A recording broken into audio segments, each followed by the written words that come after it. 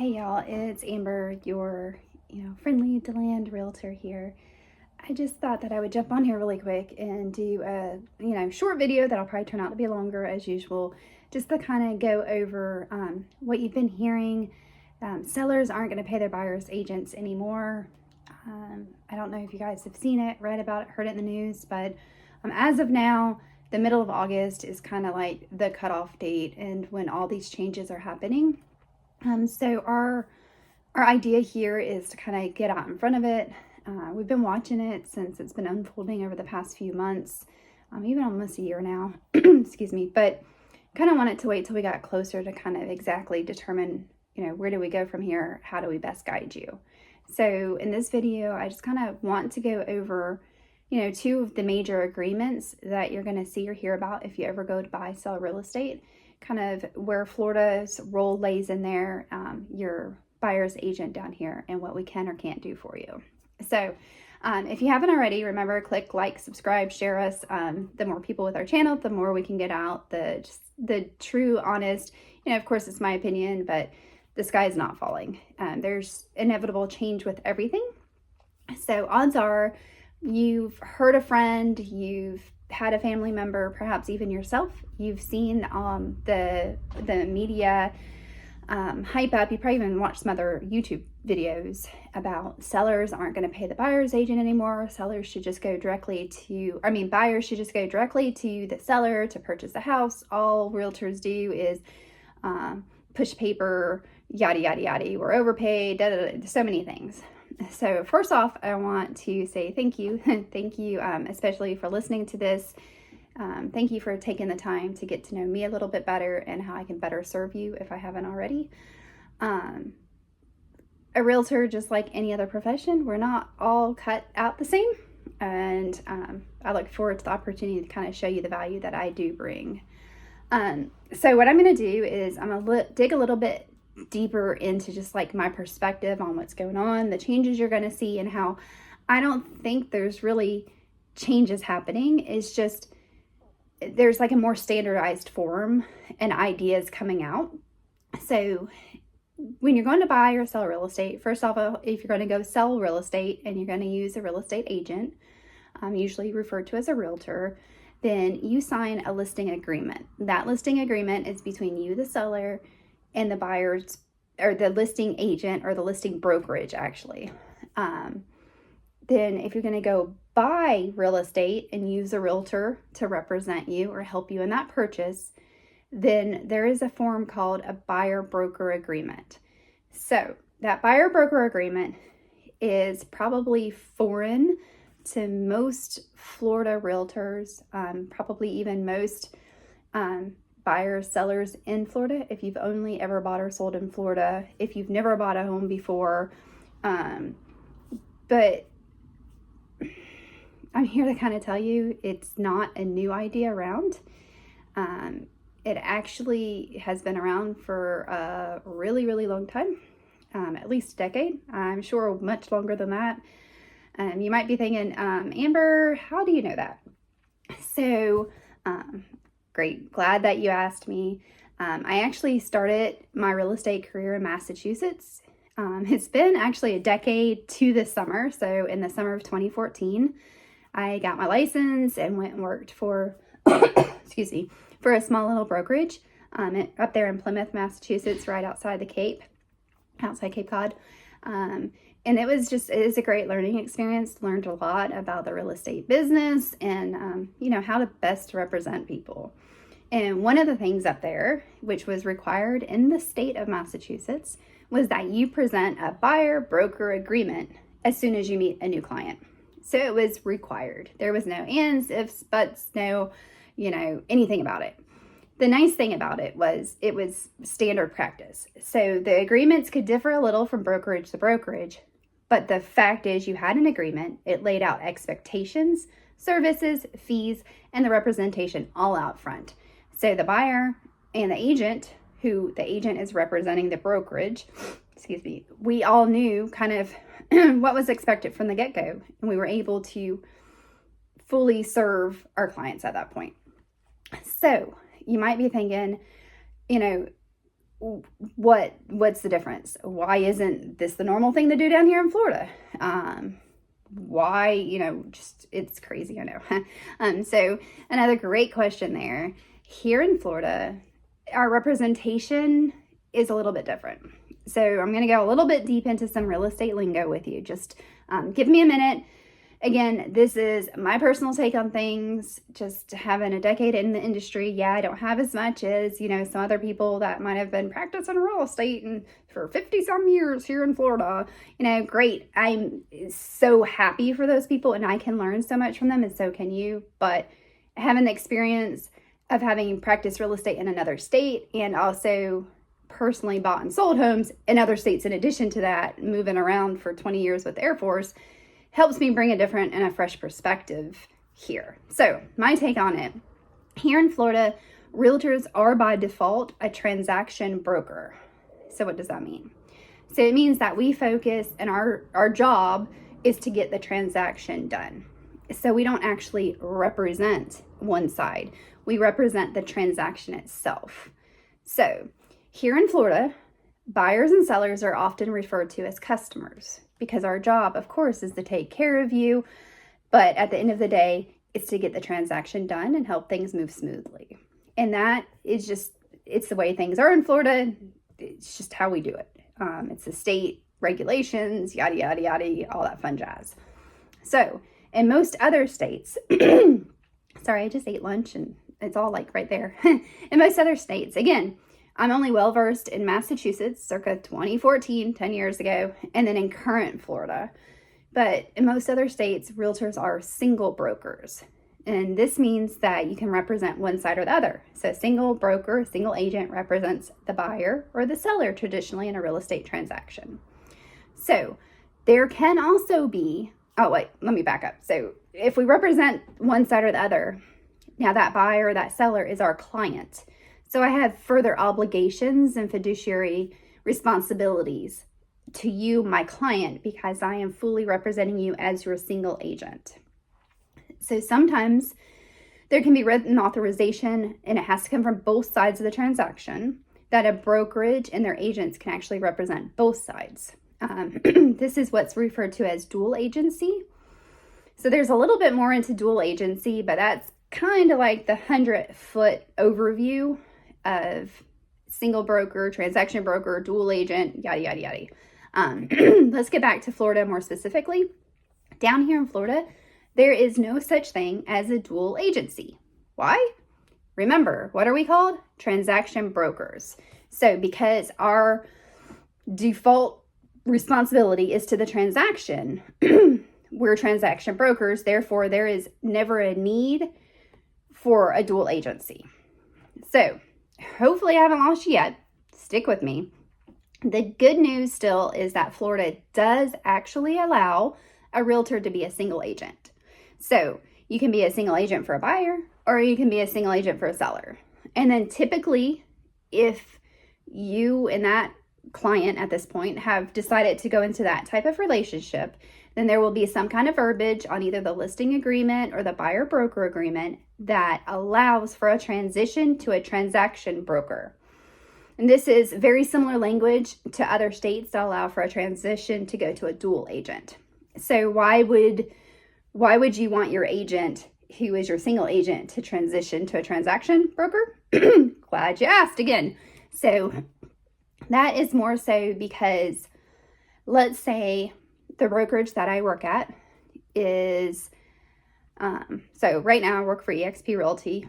Technically my license hangs under them. So let's say that I'm taking you, Mr. Buyer, to see a home that's listed by another eXp agent. So it's not my listing, but it is a listing within my brokerage. So at that point, before we enter that home, I would need to let you know, to see this home, we would be transitioning to a transaction broker, because my brokerage, remember, you have to, a licensed agent, realtor, has to hang their license under a broker.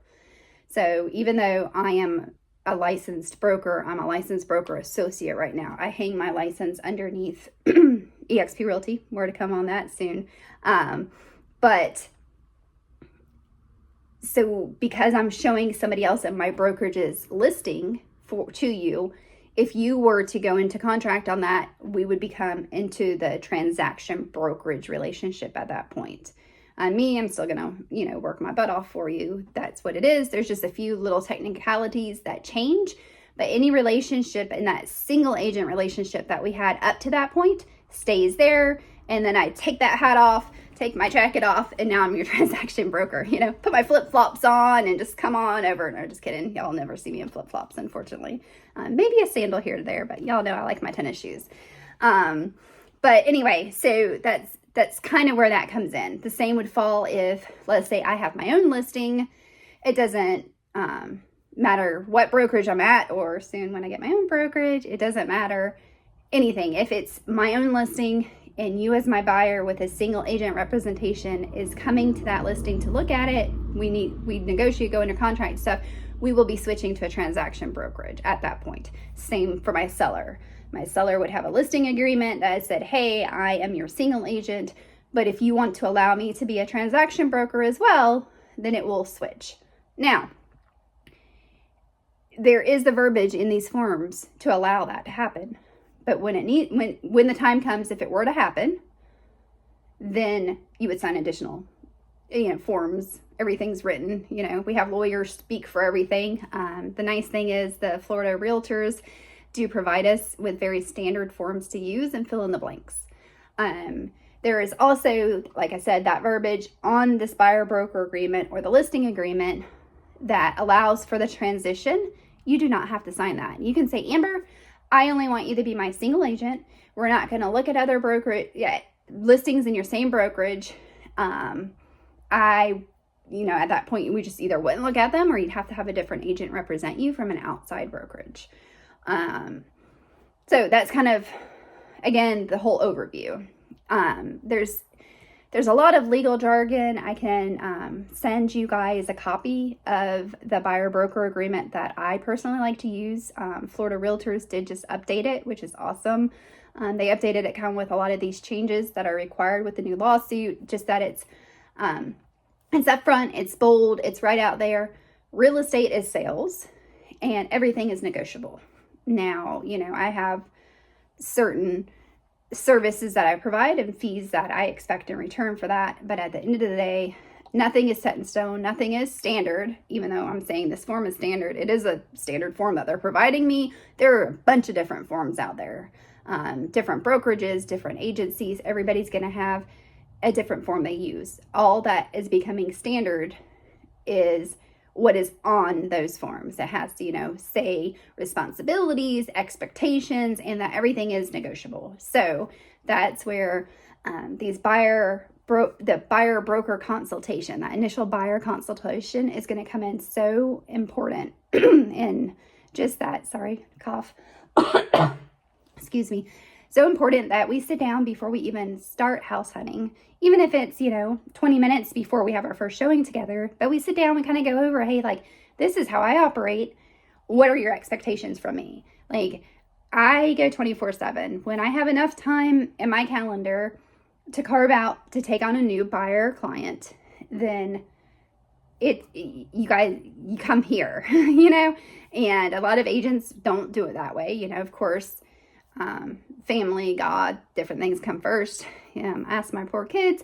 If I am chosen, we're a dime a dozen, but if I'm chosen to represent you, then you call me up and you say, Amber, I need, this house just came on the market and it's exactly what I want. Can we go see it in an hour or two? I'm going to look it up right then and see if the showings allow for that. And we're going to get in and see it. I'm going to make sure that you see something as soon as you can.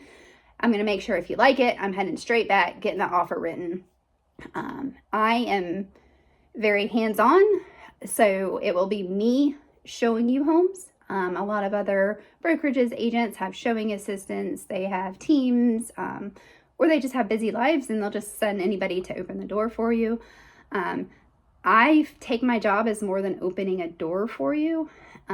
So, maybe you don't want that. Maybe you just need somebody to open the door, let you in. I'm probably not your girl. You can probably go find that cheaper somewhere else, honestly. So just a few things, kind of got off topic there, a few things that kind of differentiate a single agent and a transaction broker. So both, we have to operate honest, fairly, all that. A single agent is going to be loyal. It's kind of like, I wish I could take the video down and show y'all. My dog Teddy, if y'all seen any of my Facebook posts and stuff, he's loyal to a T. Anytime I'm in my office working, he's laying at my feet. And then as soon as I get up, he's right there on my hip. We usually go right outside and throw the ball a few times for him. And then we come back, he's like right here. It doesn't matter if the kids are here or anybody else is in the rest of the house. He's attached. He's loyal. So my job's to be loyal to you. So if I'm working as your single agent, I'm looking out for your best interest. Another thing is confidentiality. So, you tell me, Amber, I really need to get into a house. My lease is up, next month. I don't want to be homeless, yada, yada, something. Then I'm not going to go and share that with the selling agent. Like, they don't need to know how badly you need something because they could use that to negotiate against us. Obedience, which it's so funny. And, in today's day and age that is on there, but it is. So obedience, you tell me, Amber, don't share this. Amber, this or that. Now, I still have to be ethical. Please don't ask me to cross those lines, but you tell me this is the offer I want to put in. Okay, great. I'm going to put that in for you. Full disclosure, everything I know about things, I need to fully disclose to you. Have the account of all funds. One thing, the brokerage does not hold money. You need an escrow account for that. So any kind of time you have a deposit, anything like that, it goes straight to the title company or the attorney handling closing. We do have to handle everything with skill, care, diligence in the transaction, present all offers, counter offers, and we have to disclose all known facts that materially affect a home or a property. To me, isn't that kind of my job anyway? Like, if I'm paying somebody to do that, then I kind of expect all that. That's just me personally. And again, like I said, having bought and sold real estate for 20 some odd years all over the US, I kind of have high expectations. So I like to see myself as an agent that I would want to hire myself. And then, so those are all kind of the single agents. That's what you get when you bundle all together and you're my client. So then let's say that, you want more of just the transactional side, or we need to transition to transactional side. Maybe you're talking to other agents in Florida, interview agents to be your buyer's agent. Just don't willy-nilly go choose somebody to open a door and then let them, get paid. Like, choose the one that's best for you, kind of like you do if you list your house for sale. So a transaction broker still needs to deal honestly and fairly. There's still ethics involved, especially when we're a realtor instead of just a real estate agent, which is Florida for the most part. We still have to account for all funds. Like, we can't take a check from you and go deposit it in our private bank. That's a big no-no. And like I said before, my brokerage in particular does not handle any funds. So if you be like, okay, well, I can write the escrow deposit right now, I'll write you a check. I'm sorry, you can't. Wait till tomorrow when title sends you the instructions, or you can drop it off at their office. We do still need to use skill, care, diligence in the transaction. We have to disclose all material facts. We have to present all offers. The confidentiality is like where it gets a little bit, it's a little bit more limited. So we don't have full confidentiality. It's not as, again, I guess the best way to put it is the job is to get the transaction done. So there might be some more negotiating between the listing agent and the buying agent, kind of talking back and forth. Okay, how can we get both parties to agree and both of them be happy with where we land? And then I need to read this part. I'm going to move my camera a little bit because I'm going to read it verbatim because this is right off of our account here. Oh, you can see my head. Limited representation means that a buyer or seller is not responsible for the acts of the licensee. Additionally, parties are giving up their right to the individual loyalty of the licensee. This aspect of limited representation or transaction brokerage allows a licensee to facilitate a real estate transaction by assisting both the buyer and the seller. But a licensee will not work to represent the party to the detriment of the other party when acting as a transaction broker to both parties. Okay, so move my camera back and kind of digest that. So essentially, I'm still working to make you happy. The other agents, well, now there's probably not another agent, or they're in my brokerage. We're working to make you and you happy, buyer and seller happy. But at the end of the day, my job that comes first is to get the transaction closed, to get it done, because that's, you said, Amber, I want to buy this. The seller said, Amber, I want to sell this. So my job is to bring it together and make it happen at that point. It's still a great representation. Your agent still is very knowledgeable, can guide, take the stress out of everything. It's still great to have. So that's kind of it in a nutshell, a very long nutshell, because y'all know I'm long-winded. We're already over 20 minutes. So let me try to wrap this up and keep it well under 30 minutes in case you even watch any of it. Pretty much, I, for one, am excited about the changes coming. And like I said, it's not really changes. It's just more expected of everybody. So you're not going to be able to, call Amber and say, sorry, I have a phone call coming in. You're not going to be able to call Amber and say, Amber, I want to go see this house in a couple hours. And I'm going to say, well, Miss Buyer, I would love to show you that house. First, I need to set up a quick buyer consultation. Can you meet me like 30 minutes beforehand, or can we hop on Zoom right now or a phone call right now, go over my buyer broker agreement, what we can expect. And then you're like, oh my gosh, all I wanted was for you to open the door. And so you hang up and you call agent down the road. Ring, ring, ring. Hey, agent down the road. I want to go see this house in like an hour. Agent down the road is going to be like, I would love to show you that house, but first I have to let you know of expectations and have a buyer broker agreement signed. I can send it straight over to your email. I can bring it with me to the showing, but we need to have that conversation before I open that door for you. And you're gonna be like, oh my gosh, all I want to do is go see this house. So then you're going to hang up. You're going to call agent number 3, or maybe you're going to go online, to one of the websites, fancy websites. You're going to click contact agent.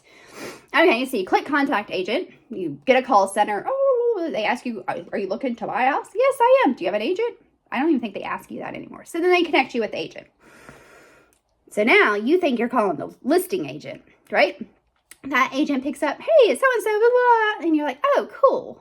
I wanted to go see this house in an hour, and this agent's gonna be like, awesome, I'd love to show you the house. But first I have to let you know, we do have a buyer agreement that needs to be signed. And you're like, what? I thought I was calling the listing agent. What? And just whatever. So at the end of the day, you are gonna get the same answer, although the means of it might be a little bit different from agent to agent, but it is gonna be across the board now. It's definitely gonna get some taken used to, some adjusting here in Florida. And also a listing agent is not going to be able just to show you that home without compensation either, or an agreement either. So that's going to be on another video. They're kind of working out exactly how they want that to go about, but stay tuned for that one. So all of that in a nutshell. Hopefully you watched this on like 2 times the speed, and I was talking even faster than I already talk. Or you might have needed to slow it down and let it take like an hour. So I apologize. Things that I love and like excite me and interest me, it's cool. One other thing that I want to leave you with is I do offer a buyer's guide, and the buyer's guide pretty much goes over, great, you've decided you want to buy a house, or great, you're thinking about buying a house. Here's the steps you'll take. Here's kind of what I offer. And again, like the 100-foot overview of it. And then, here's some tips and pointers. And that is a cute little PDF that I have. I can also print off a copy and send it to you if you want, or, drop it off, meet you somewhere for coffee.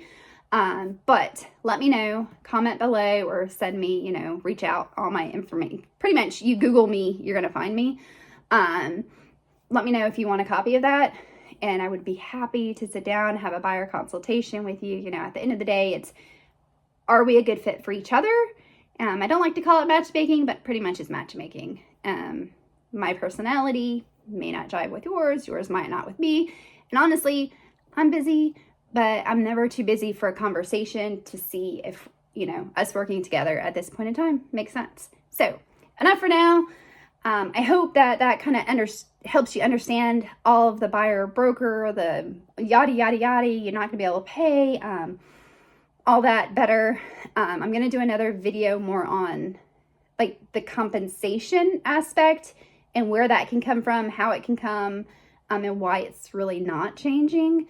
So stay tuned for that one. But I thought this first kind of little email YouTube video needed to go out of a more, what is the difference in the relationships, single agent and transaction broker? Because I believe you'll be hearing and seeing more of that here in the state of Florida. So for now, I am Amber Speicher, Spiecher. If you want to Google me, feel free, reach out. Remember, click like, share, subscribe. Watch on here for the third Thursday. If I'm not too technically disadvantaged next month, it should actually have volume on this time. I think when we did our live last month, I didn't have the volume working right. So my teenager has helped me kind of set things up better. But we do go live every third Thursday of the month with the new topic, kind of the hot topic. I do believe in August, we'll be diving more into this buyer-broker relationship because we'll be like a week or a couple days in. I think August has an early third Thursday. So we'll be a couple days into like the full effect of it. So it'll be kind of exciting. And I would love to hear anybody else's perspective. So if you ever want to be a guest or anything on here, let me know. We always like to hear, from the general public or the consumer side of things. So until then, click like, share, subscribe, follow me, reach out, let me know how I can help you, and have a great day.